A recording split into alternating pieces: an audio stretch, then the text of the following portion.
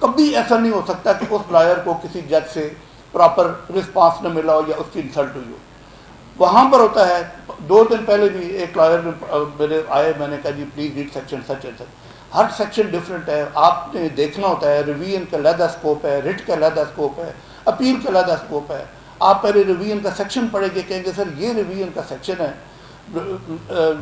Naan exercise of proper jurisdiction, legality irregularity, sir this is the definition. اب میں اس order کو پڑھتا ہوں, اس آرڈر میں یہ انلیگیلٹی ہے, یہ ارریگولیرٹی. تو ریٹ کا اور اسکوپ ہے, ریٹ آف سرچراری کا اور اسکوپ ہے, اپیل کا اور اسکوپ ہے. لیکن جب آپ اسے کہ جی پڑھو ذرا گراؤنڈ کیا ہے, اس کے گراؤنڈ کیا ہے ریویژن کے, تو وہ کہہ جی میرے پاس تو کتاب ہی نہیں ہے. تو جب آپ کے پاس کتاب نہیں ہے تو آپ عدالت کو آرگو کیسے کریں گے؟ 2 دن پرسوں کی بات ہے, ایک لائر کو میں نے کہا پلیز ریڈ سیکشن سچ. کہتے سر میرے پاس بک نہیں ہے. میں نے چونکہ کئی جج صاحبان جب وکیل تھا تو اس معاملات سے بہت انسلٹ کرتے تھے. کئی لوگ کہتے تم فلاں ہو, کیا تربیت ہے, کس چیمبروں میں تم ایسے. میں کہتا تھا کہ اللہ تعالیٰ نے اگر مجھے موقع دیا تو میں اس طرح کی بات سمجھاؤں گا. اگر کوئی بندہ وداؤٹ یونیفارم اگر اس سے ٹائی یا کلرڈ شرٹ پہنی ہوئی ہے تو اللہ نے مجھے موقع دیا تو میں اسے, کیونکہ کوئی جج کہتے تھے تم سلمان خان بن گئے ہو, تم ہیرو بن کے آئے ہو, تم کیا.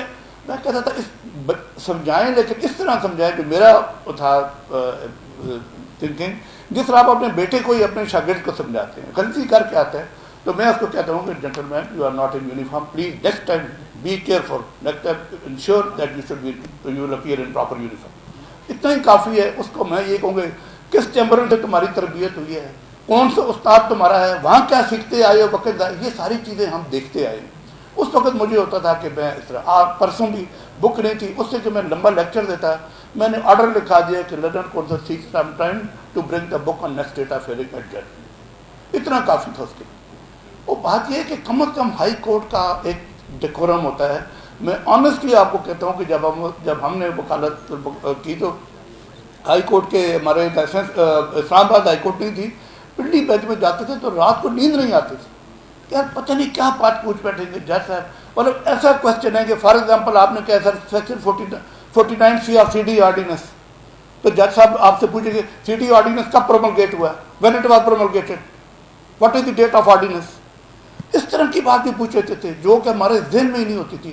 تو ڈر کے مارے ہم ایسی چیزیں پڑھ کے جاتے تھے کہ شاید کوئی ایسی بات نہ پوچھ لیں کہ جو نہ آتی ہو. تو میں پہلے بھی کہا ہے ڈسٹرکٹ بار میں بھی کہ اسٹیپ نمبر 1 یہ ہے کہ ہر لائر کے پاس ایک بریف بنائیں. یہاں ڈیٹ پوچھیں, ڈیٹ آف ججمنٹ پوچھیں, ڈیٹ آف ڈگری, 5 منٹ لگتے ہیں وہ فائل کے صفحے اوپر نیچے کرنے. یہ چیزیں تو آپ کے پاس بریف میں ہونی چاہیے.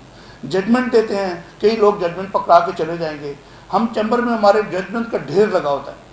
کسی میں کئی دفعہ ایسا ہوتا ہے کہ ججمنٹ کے اوپر فرنٹ پیج سیدھا ہے, دوسرا پیج الٹا اسٹیپل ہوا ہوا, وہ بس منشی کو دے دیا, منشی نے فوٹو اسٹیٹ والے سے کروا کے جمع کروا دیا. اب یہ بھی ایک طریقہ تو یہ ہے کہ ججمنٹ ہی نہیں دی, 80% تو ججمنٹ ہی نہیں دیتے, جو دیتے ہیں کچھ میں سے یہ طریقہ ہے.